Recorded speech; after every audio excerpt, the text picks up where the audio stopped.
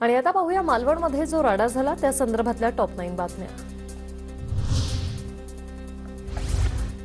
राजकोट किल्ल्यावर भाजप आणि मवियाचे कार्यकर्ते आमने सामने। आदित्य ठाकरेंसमोरच नारायण राणे समर्थक आणि मविया कार्यकर्ते भिडले।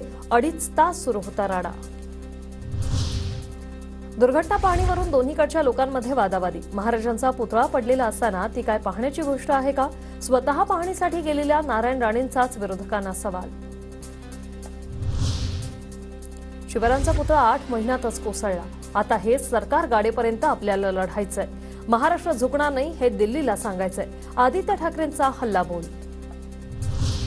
राजकोट किल्ल्याच्या पायथ्याशी अडवल्यानं नारायण राणे आक्रमक। एकेकाला घरातून खेचून रात्रीतून मारून टाकेल, राणेंची थेट धमकी।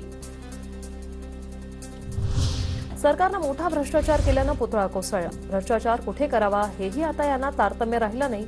शरद पवार आक्रमक।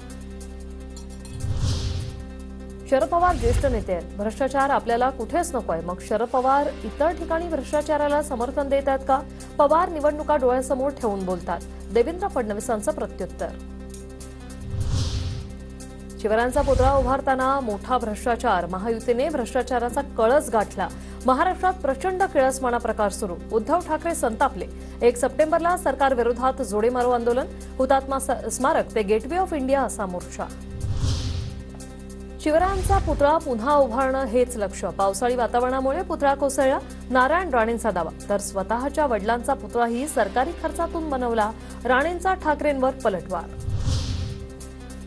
राज्यातील सरकार कमिशनखोर, त्यांनी मोठं पाप केले। राज्यातील मुलीही सुरक्षित नाही। राज्यातलं सरकार करतंय काय? पटोलेंचा महायुतीला सवाल।